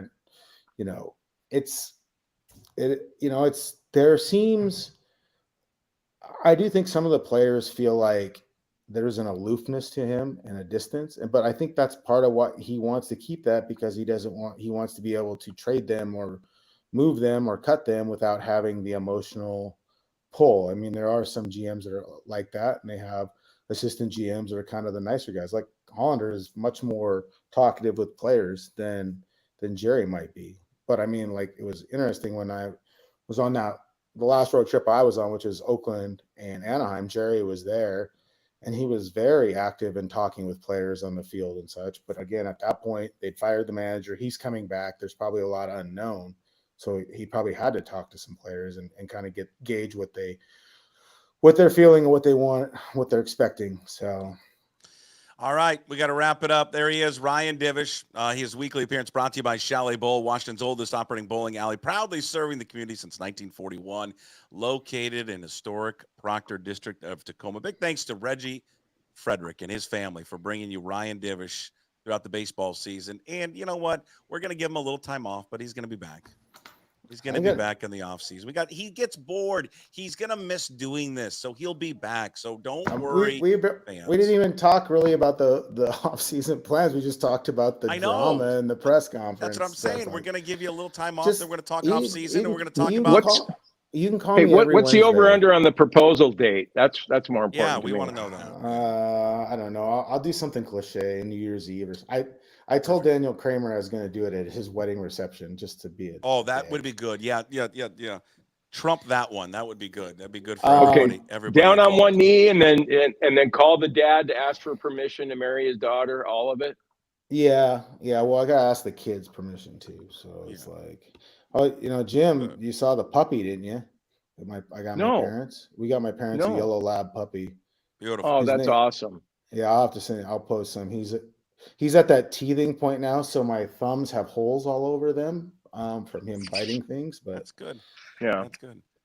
There's one of my dogs, Ryan. See him out there? I thought you had. No. I thought you were. See Where's the freezer? Where's the freezer that you keep the human heads in? Yeah, it's in there. It's in there someplace. All right. You can find it on YouTube, Apple, Spotify, wherever you find your podcast. Of course, PuckSports.com. Divish, we'll talk soon, okay? Yeah, call me next week. I'll do this again next week. Well, there we go. See, off-season Divish is the best. See you, Div. Yeah, see you. See you, Ryan. All right, there it is. See, you got a full Ryan Divish. That was fun. That was a full show for you. Love Divish. Too much Jim Moore today. You know why we like Divish? Well, I mean, for me, you're about the same age as him, but he reminds me of a younger me. Yeah. I mean, he talks about being irresponsible, but he's really not. I feel like I'm irresponsible too, but I'm, sort of not. Yeah. But no, I love the guy. He just, he doesn't have time for a bunch of bullshit. No, he doesn't. I'm glad you were able to stay on and talk to him. So we'll cut you loose. We're going to talk to you again on Friday. Get your gambling picks and all your betting picks for the weekend ready on Friday. And, of course, voicemails on the PuckSports.com website. Leave a voicemail. We need voicemails for Friday to entertain myself and Jim Moore. Go to the website. You'll see the phone number there. Voicemail Friday. It's coming back to you, all right? Okay, Puck. Take care, man. Go Cougs. Go Cougs. See you, buddy. There he is, Jim Moore. Monday, Wednesdays, and Fridays with us as he joins us on those days. And he'll be back again on Friday. And hopefully voicemails. And again, PuckSports.com. Go there. And the phone number is up there. You can leave us a voicemail. And we play the best ones coming up on Friday. Let's transition and talk a little football. We'll talk Seahawks. We'll talk NFL. We're going to talk a little fantasy football with Danny Kelly. Danny B. Kelly on Twitter, senior staff writer of the Ringer Fantasy Football, plus the Ringer NFL Draft Show. It's all brought to you by Georgetown Brewery, locally owned and operated. Manny's, Rogers, Lucille. They got everything. Tap room open 10 a.m. to 8 p.m. And they got something coming real soon. A real surprise for you. 7 days a week. Visit them at georgetownbeer.com. Danny Kelly, how are you? I'm doing excellent. How are you doing? Oh, just, living the dream. We're closer to the weekend. I just want to get to Friday and get to Saturday and just be done with everything. All right, let's jump right into this. Where's Davante Adams going to go? Oh, excellent question. The Jets, probably, I guess. What do you think? The Jets. Well, I like how he's like, I want to be traded. Okay, you want to be traded. Where do you want to go? Where my friends are. The Jets are the Saints. The quarterbacks that I've played with before, I think. That's like the only two teams. It's like when Griffey wanted to be traded from the Mariners. Where do you want to be traded? Well, the Reds. That's it. Just the Reds. The hometown. Do you think it happens? Do you think Adams gets moved to either the Jets or the Saints? Yeah, I do. I mean, at this point, the Raiders are not competitive. They're probably pretty motivated to, try and pick up a pick. I think they put out they want a second rounder. They'll probably get like a third or, something and change. But yeah, I mean, there's no real point for them to hang on to him at this point. I think it's just it feels like a foregone conclusion. The wording on these things always is funny to me. He said he prefers to be traded. Yeah. I don't know what that means. But yeah, it feels like his relationship with Antonio Pierce has not gone well. And so why when Antonio Pierce made the comments the other day, or it was last week, where we had guys make some business decisions. Yeah. What was it? I mean, is he talking? It feels like now he's talking to Davante Adams then. Yeah, that was the impression. And then of course Davante Adams made an actual business decision and decided to hurt his hamstring or pretend that his hamstring is hurt. It'll be interesting to see. It'll be funny too if they trade him, he's just immediately healed. this hamstring injury that he's going through that is apparently going to keep him out several weeks. Yeah. I don't know. From his point, from Devontae Adams' point of view, I can understand why he'd be kind of annoyed at the organization and wanting to, go to a team that's going to contend, have a little bit different, trajectory. So, yeah, I do think it gets done. I think it gets done. There's enough interest in him. He's still playing well enough that it probably will get done. The team that immediately just came to mind, just because they could use. I mean, it's not like they don't have weapons, but they could, in a strange way, could use a weapon like him. I mean, every team could use Devontae Adams. Right. Kansas City. I know, right? Yeah. Interdivision rivals. I don't know. I don't see the Raiders doing that, even though they probably should. They're probably delusional enough to believe that they can compete with the Chiefs in the short term. But this is a rebuilding team. This is a team that needs picks and to build for the future. So they probably should trade with the Chiefs, but I don't see them doing that. Okay, I would love to see him play for the Chiefs, though. That'd be fun. Your bet is who? Your bet is if you weigh the two, the Jets or the Saints, you're going to put money. You're going to make a bet. I don't know if you're a betting man, Danny. You look like you could be. You're putting money on who? Probably the Jets. I think the Jets have the feel of one last job. You know what I mean? Like it's a bunch of old guys getting together to do one last job. They need to just before they set get that job done. Because if you look at like the people they signed this offseason, Mike Williams, Tyron Smith, they traded for Morgan Moses. There's a bunch of, I guess, guys towards the end of the career. They just, this is a team that really needs to compete this year. Joe Douglas, I think, his backup is up against the wall. And when you have a front office and head coach like that, you get a little bit desperate. So I could see them probably pushing the envelope the most and giving up the most for this. Yeah, the Jets were a lot of people's pick in the beginning of the season. And you look at the Jets, it just looks like a dumpster fire right now. And you know what we're on the cusp of happening, and it's going to happen soon, especially if they lose another game or two, or some type of controversy happens and it's a bad loss. Is where Aaron Rodgers and Robert Saleh, the impression is that they just do not like each other. Right. Correct. And then that's just it's somebody they're kind of taking jabs at each other in the press conference, right? Saleh's talking about we're doing too much to this cadence stuff, and Rodgers like, well, maybe they shouldn't jump off sides. It's hard to believe Rodgers isn't getting along with someone. It is, but I kind of side with Rodgers on that. I know. Hey, man, I've been doing this my entire career. It's not my fault these idiots are jumping off sides. Yeah, no, I actually do agree with you. And like, honestly, I don't know what Saleh has done to prove that he is like, the guy or like that he deserves Rodgers' respect, honestly. Like, I think the Jets were supposed to be a really good defense this year, and I don't think they've performed probably like they wanted to. So, I think, Saleh is probably on thin ice. It would not be surprising if he was one of the first coaches to be fired, if things continue to be pretty uneven on that side of the ball. So it's going to be very interesting to see how this thing all goes. Where do you put the game there against the Seahawks there on Monday night? I mean, I found myself, Danny, taking a step back and going, okay, they lost by, what was it, 13, 42, 29. In a weird way, I kind of felt encouraged by how they played. Is that a weird feeling to have? No, that's validating, because that's exactly how I felt. Okay. Look, they were really, really undermanned on defense, missing like basically their entire starting defensive line. That's really tough. I don't think this is not a roster that's built to withstand that kind of injury situation. It's just not deep enough and talented enough right now. So when you lose some of your key players, it just like throws everything off. And by the way, this is a good offense for the Lions. They're at home. It's Monday night. And they just, ran the heck out of the ball. And so I didn't feel terrible about the defense. Obviously the defense did not have a good game, and it's not always, it's a bad look to go have the opposing quarterback go 18 for 18. But I really, honestly, just from a vibes point of view, like I was really impressed with how they hung in there. They kept trading haymakers with the Lions the whole game. The offense looked incredible. There was a couple of mistakes, on offense that basically was the difference in the game.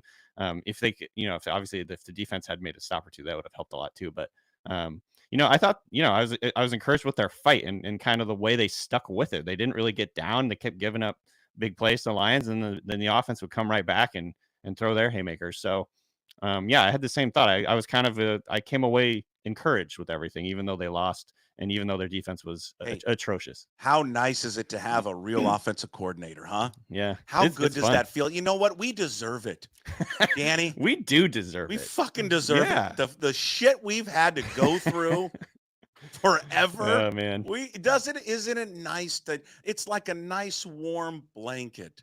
It's just fun to watch. Oh, it's just beautiful. Thank God. Thank you, Washington. Thank you for giving him to us. Yeah. Appreciate it. No, I mean, it was so good to see Kenneth Walker back out there. I thought that Geno Smith was just, on fire. DK Metcalf obviously had that one fumble. That was a bummer. But yeah, just a ton of things to be encouraged about. And when, they probably should have had more points. That moving screen call on Lockett was total BS. That was an incredibly bad call. And I don't know why they didn't give him that 2-point conversion. There's a bunch of plays in there where I was just like, man, this is like turning the game a little bit here with pass the bad interference calls. in the end zone. Yep. So I don't know. I was really encouraged. The Seahawks are the right now, and this is probably game script a little bit dependent on terms of like how the games have unfolded. But even in neutral pass situations, the Seahawks have like one of the highest pass rates in the NFL. If not the highest neutral situation pass rate. So it's fun to see them trusting Geno and kind of like letting their stars do this instead of trying to like establish the run or whatever, some of the platitudes that we've heard in the past. Okay, I'm a village idiot. Explain that to me, the neutral pass settings. Neutral pass. I'm an idiot, Danny. You got to remember that.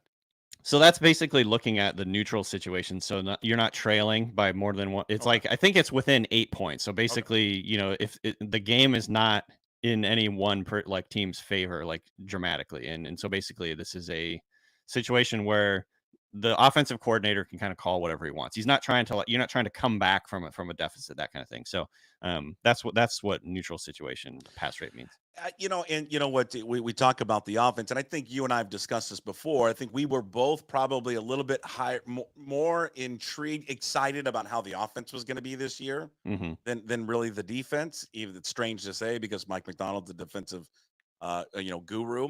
And then you look at what Geno's been able to do in this Ryan Grubb offense. I mean, he I don't know how many stats he leads in the NFL. It's passing yards, I think attempts, I think it's completions. Yep. He's doing it when he is constantly under duress. Yeah. Danny, just for a second, if Scott Huff can take off that dirty hat of his and figure out, get this offensive line in order, and eventually they will. Imagine if the offensive line improves, and they played, I thought they played good against Detroit, actually. Yeah. Or better. Imagine if the offensive line improves, they get better at it. Imagine how good that this offense can be if he's just given half a second more time in the pocket. Yeah. I mean, I think Geno has proven that he can dice you up when he gets the opportunity to do so. And he's really good in the pocket. He has a great feel for extending plays. I think that's been a big part of their success on offense this year is just his subtle pocket movement, the way he kind of like will step up away from pressure. He sticks in there. He's really just like courageous in the pocket. Obviously he's had 4 picks. I feel like a few of them were not really his fault. Overall, I've been pretty impressed with his decision making most of the time. No quarterback is going to be perfect in that area.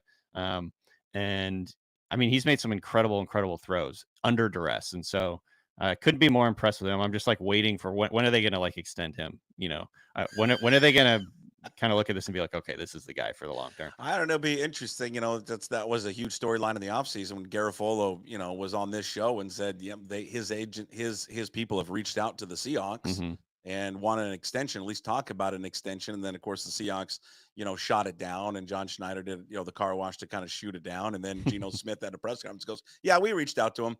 We tried to get an extension done. We're like, well, okay, really? Yeah. Maybe they will. It's weird about his great start and all those numbers are great. It is weird to look at just 4 touchdowns and then 4 picks. Yeah. That is odd. I mean, it doesn't. That doesn't line up with the eye test in my opinion. Not at all. I mean, like he's been really just nails as a passer. And I think a couple of the picks are just like deflected passes, like, you know what I mean? And then I think he had the one in the last game where it was like the last play of the game. He was just trying to push it in there and into triple coverage. It just didn't work out. But yeah, again, I've been really impressed. I know all the tape heads out there are singing Gino's praises right now, so that's always encouraging. Tape heads. Are you a tape head? No, not as much as I used to be. I feel like I for a while there I was definitely a tape head. I'm more of like a fantasy guy now, I guess. If you're gonna put me in a bucket. You know what I want when I see these guys on Twitter with the tape heads. Mm-hmm. I want someone like Hugh Millen sitting next to me and just to get his thoughts on what he's thinking about watching these guys talk about football. Yeah. There's it's an art. You're wrong there. You don't know what you're talking about. That's not cover 2. What do you think? I think would enjoy that. That's where I have a very strong sense of humility when it comes to the quarterback position in particular, because there's just a million things that they have to do that you don't really like. You don't know. You can't understand unless you're, really know what the scheme is, what they're calling for, like what kind of checks he's going into, and everything he's doing before the snap goes into it. So yeah, I don't even try and pretend I know. Like, Danny, you and I are cut from the same stuff. We're cut from the same cloth. We watch football like we're on a bar stool at a bar. Yeah. That's what we're doing. Yeah. Give us another beer. Do you have any mixed nuts? Can I play a little pool tabs? Some pretzels. Yeah. Pretzels are always good. Can the Vikings run their record to 5-0? They got the London game, huh? Vikings Jets. Can the Sam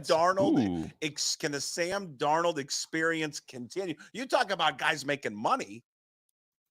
I mean, is Sam Darnold making himself some money? Absolutely. He's making a case to be a starting quarterback again next season. 100%. He's going the way of like the Baker Mayfield thing, where he's gonna get $100 million. I forget what Baker Mayfield's exact contract is, but it's like it's $100 million, which is not really $100 million. Sure.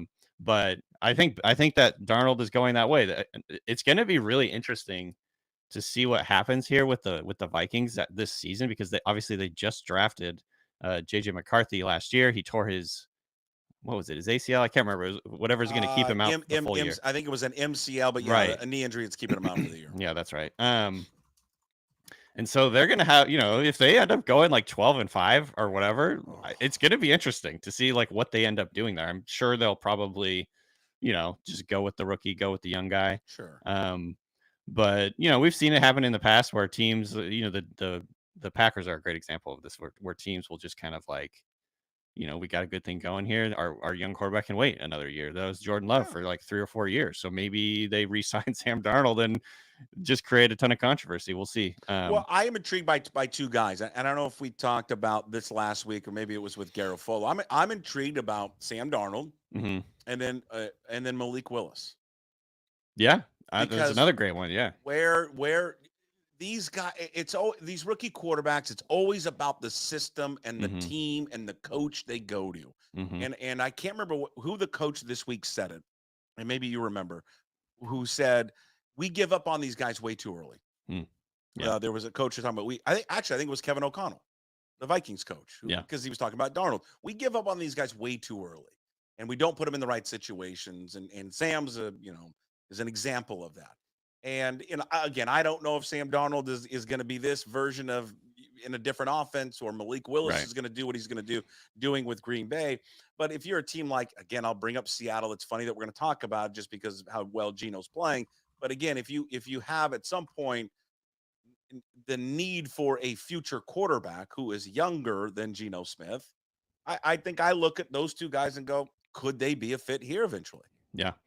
I liked Willis enough coming out of college. He was rough around the edges as a passer, but I mean, when you have the type of athleticism that he has, there's definitely things you can do in building an offense around him. I mean, look at what, not to compare him to Jade Daniels, but like look at what the Commanders are doing right now with Jade Daniels in terms of like incorporating him into their run game. You could say the same about Anthony Richardson. You could say the same thing about Jalen Hurts. Like there are offenses that you can build around guys with his skill set, where you're not asking him to do too much as he kind of like develops and learns the offense and starts to become a better passer. And I mean, like it probably would never have like continued on this way, but like he was absolutely nails on third down. Malik Willis was when he was in.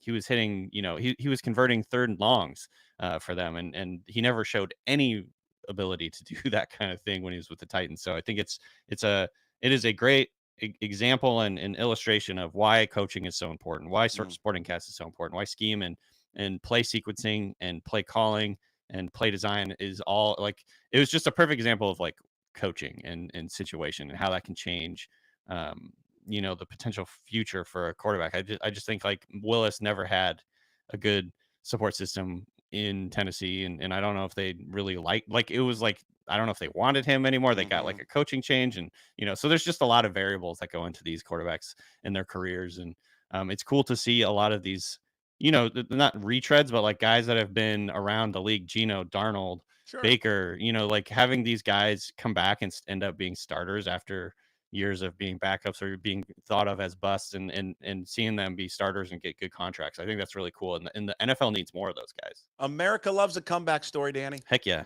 They love a comeback story. Have you been surprised at all? Just your thoughts of Jaden Daniels, how well he's played through the first 4 weeks. I mean, if you said you're not surprised at the fact he's been doing like basically the best first 4 games ever, like, I mean, if you look at like their numbers, they didn't punt in 2 games, which has never happened. Like, there's like Tom Brady's had like 2 games in his career where they didn't punt, and Jaden Daniels had 2 in his first 3 games. So, I mean, yes, obviously a little bit surprised how well he's done. Because I think like coming into the year, you're like, Cliff Kingsbury, what's the deal with this guy? Like, he feels like he's overrated based on everything we saw him do in Arizona. They always started fast and then kind of like trailed off as the year go on. So that's a storyline to kind of watch this year, is like, can they keep this going? Obviously, they're not going to be able to keep the efficiency and just insane, unstoppable, like the unstoppableness that they have right now is not going to be happening all season long. Yeah, clearly. But I've been really impressed. He's been a better passer, honestly, the last couple of games than I was expecting, just based on my expectations for all rookie quarterbacks are pretty low. So he's been great. I'm willing to admit, well, I'm wrong a lot, so it's really easy for me to admit when I'm wrong. Yeah. And I think in this industry, more people should admit when they're wrong. And so actually, now that I think about it, maybe I'm wrong so much I shouldn't say anything anymore. But I was never. It's weird because coming out of college, I remember watching him as a freshman at Iowa State, and I was watching him because they're playing the Alamo Bowl and they're playing against the Cougs. And I'm like, this quarterback, God, he's pretty damn good. He's really good, and I can't wait to see him in 4 years. Like, what's he going to be like? And he never got much bigger. He had a really good freshman season. Did Brock Purdy, and then he kind of he jumped onto the scene and then kind of went away for a little bit. Didn't have that stellar collegiate career. Yep. And then he, it's an afterthought. He goes to the NFL draft, right? He's the last pick, right? Yeah. Yep, last pick. And then I'm looking at him going, God, look at him. He's just scrawny. He's a product of Kyle Shanahan. He's got all these weapons. Well, now all those weapons are gone. And he's still doing it. And I think myself and the rest of America who doesn't believe in him, you've got to believe in him because he's just good.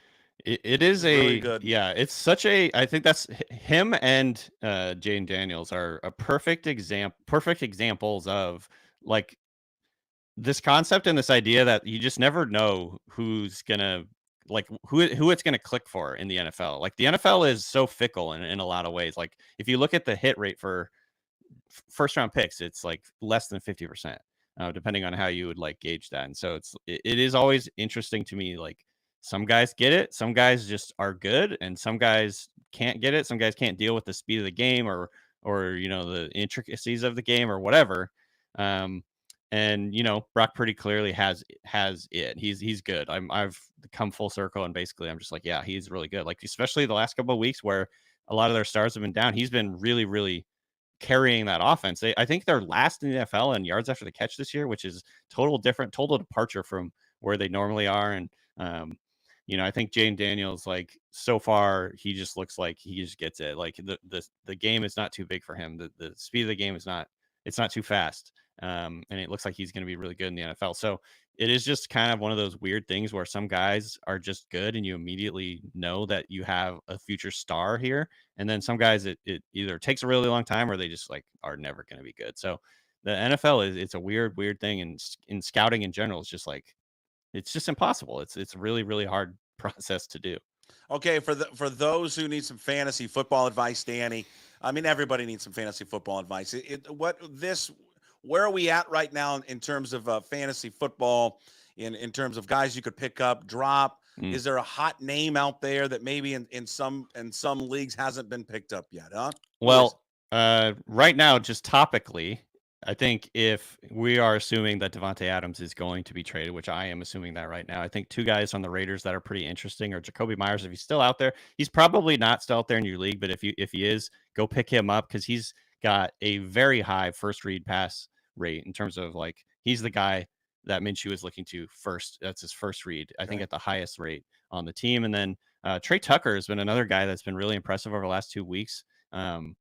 He's a smaller guy, but I remember watching him at the Senior Bowl and I was really impressed with him. And he's kind of come on. They talked him up a ton this offseason. Antonio Pierce, I think, said in August that he had like the best offseason of any player on the team. So I think Trey Tucker could fall into a role for the Raiders, especially if Devontae Adams is traded. So those are two guys I'd stash right now and just kind of see how it goes. All right. How's your team doing, Danny? Well, I've got a lot of teams. How many teams does like Danny Kelly have? 20 something. Shut up. Yeah, it varies. Don't. I have most of them are dynasty leagues. So I play like 4 or 5 redraft leagues. And so those take more active management. Dynasty, I don't know if you've ever played, but it's like you don't have to do a whole lot. You just kind of set your lineups after the draft every week. Yeah, it's low maintenance. The dynasty leagues are low maintenance. Okay. But yeah, like 4, I'd say like 5 redraft leagues. Got a couple really good teams. A couple of teams have been racked with injury, so they're not very good. A lot of so Cooper Kupp, Keenan Allen. Trying to think of a couple other guys. Raheem Mostert. Like a couple of my my guys have been injured this year, so my teams are suffering from that. Okay. There he is, Danny Kelly, every week. Follow him on Twitter at Danny B. Kelly, senior staff writer, Ringer Fantasy Football Show, plus the Ringer NFL Draft Show. It's all brought to you by Georgetown Brewery, locally owned and operated by 2 diehard Huskies, Manny and Roger, pouring the best local craft beer for the past 23 years. Manny's, Bodie, Lucille, Rogers Pilsner. Tap room open from 10 a.m. to 8 p.m. 7 days a week. Visit them at georgetownbeer.com. The work you do, the fantasy football live show, what promote yourself, Danny. You never do enough promotion. Tuesday afternoon we do a live show on YouTube at 3:45 Pacific, so check us out on that. Also goes up on our podcast feed if you're not into the live stuff. And yeah, we have four shows a week: Sunday, Monday, Wednesday, and Friday. So check us out, Ringer Fantasy Football Show. Thank you, Danny. We'll talk to you next week. Appreciate it. Thank you. Peace. Danny Kelly from the Ringer, fantasy football, all things NFL with Danny. And also we do Seahawks and fantasy there as well. And in case you missed it, it will be up on YouTube. You can always listen to it later, the podcast, Apple, Spotify, wherever you find your podcast. And of course, the one-stop shop would be at PuckSports.com. Easy peasy for you. Also, please download the PuckSports mobile app. Today, iOS, it's just for Apple users forever. Just kidding, not forever. We are in the process of getting it updated in the process of getting it approved through the Google Play Store for Android users. Also in the process, and I think it looks like it's been fixed, but we'll probably implement it next week. The little glitch where you're on the app and then you leave the app and then the audio stops. It won't stop anymore. So big thanks to Jacob, who's been working hard behind the scenes on that one. All right. We wrap up the Daily Puck Drop with Hey, What the Puck, brought to you by my good friends at Restoration One of North Seattle. A big hello to Trent and Derek. Derek's a big Tigers fan and Lions fan. It's been a good week here for Derek. For Trent and myself, not a good week because we're Mariner fans. Yeah, and we're Seahawks fans. And he's a Husky, I'm a Coug. So, yeah, not a good week for us. It is your restoration company that lets you avoid the stress of water, fire, and mold damage with their property restoration services, locally owned and operated. Make them your first call when damages affect your residential or commercial property. 206-817-8917. Visit them online at restoration1.com, the North Seattle franchise. If you click the QR code, you will be able to see the QR code. You'll be able to see the website there for Restoration One, and they will take you there and give you the very latest of everything that you can get updated there with the boys. All right, Gonzaga's move to the Pac-12. I mean, it's just a great move. It's a great move. It's a much better brand than UNLV and anything else that they were getting recently from the Mountain West. I know people are upset about how the UNLV was handled, but the Gonzaga brand, the fact that they were able to get those guys, unbelievable. It was great for them. It was a power move on their part, and it was a move that will keep West Coast athletics alive for many years to come. Well, at least until it changes again. But don't discount the brand that is Gonzaga. It's not football, but their brand as a basketball team is much bigger than the brand of like UNLV as a whole. College athletics is changing so much. Six months from now, I mean, it could be all different again. It could be all thrown in the blender and change one more time. They'll go to the market with a media rights deal. They'll find someone who wants to leave their conference in 6 months or a year. How do things change? And I'm just spitballing here. Cal, what is Cal? Is Cal unhappy? Is UCLA unhappy? What are the exit fees for teams in the Big 12? Maybe they're nothing. And maybe they can come in there to some of those lower rung Big 12 teams and say, do you really want to be in there anymore? Or do you want to come with us? We'll give you a little bit more. Maybe it's a little bit more appealing to you. And this is just a guess. I would circle two teams that if I were Teresa Gould in the Pac-12, I would say if the Big 12 had some low or manageable exit fee, I would go to Utah and then I would go to BYU. And then I would start with Utah first because Canzano and I have talked about this. I don't think Utah ever wanted to leave. I don't think they ever wanted to, really. I just think they had to do it out of necessity for them. They just didn't feel like there was a plan. Go to Utah. You bring them back. They value basketball. This is shaping up to be a hell of a basketball conference anyways. And then you go to BYU and you say, listen, why don't you come along with us? We'll continue our great rivalry. BYU's had great basketball programs as well, a rich tradition of hoops there. And then you see what, and you bite at that apple again, as Canzano likes to say. Is Memphis still in play? Perhaps. I think there's some news coming out today that Memphis may be back in play for the Pac-12. I prefer to keep it in the Western time zone. Okay. That would be more appealing to me. It's more appealing to me and others like Jim to have like a Utah or a BYU or someone in the Western half of the state rather than Memphis. I would like it to resemble West Coast athletics. I mean, literally, it's called the Pacific Conference. But if they get Memphis, it is a good football program. It is a good basketball program, and it would make sense financially for them. So we'll see. That is Hey, What the Puck, brought to you by Restoration One in North Seattle. Your restoration company lets you avoid the stress of water, fire, and mold damage with their property restoration services. Locally owned and operated. Make them your first call when damages affect your residential or commercial property. 206-817-8917. Visit them online at restoration1.com, North Seattle franchise. Coug fans, the podcast of Old Crimson and Coug's Corner is up right now on all podcast platforms. Go check it out. The Old Crimson, we yell and scream about how Boise State beat the crap out of us all over the field. Defense is still poor. It's got to improve, or they're going to lose more games. Thanks, Tips.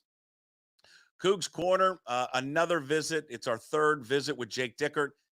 Is great. Jake Dickert went on record to say that he's done coaching in 10 years. That's it. He's done. He's made a promise to his family. He's done coaching in 10 years. I guess everything can change, but that's his plan, to be done in 10 years. And he plans to have all 10 years here at Washington State. He doesn't want to leave, doesn't want to go anywhere else. Now, again, a lot of times guys say that. I say it all the time. They're all professional liars, but that's what he said. I had a fun conversation with him. I enjoy talking to him every time that we get him on. He's just a real fun dude. He wants to be done with football and do this. He wants to talk for a living. How about that? We talked about family. We talked about his family traditions back in Wisconsin.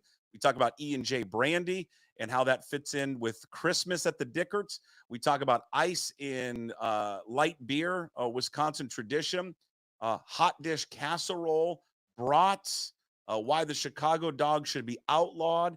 It was a real fun visit there with head coach Jake Dickert. Also, Puck the Huskies. Well, we're going to with Elise and Jordan Reffett. Elise Woodward. They're not married. We'll release that later this evening. Get you caught up on the aftermath of Rutgers looking ahead to Michigan. All of today's show will be up on YouTube shortly. Also on all your podcast platforms, Apple, Spotify, wherever you find your podcast. Drink. All right. We'll talk to you tomorrow. As always, we promise to be better. No shirt, no shoes, no dice. Would anybody like to smoke some pot? Yeah. I was born to love you. I was born to lick your face. I was born to rub you. But you were born to rub me first. What do you need my address for? We'd like to send out a mailer. Mother of mercy, I don't speak Japanese!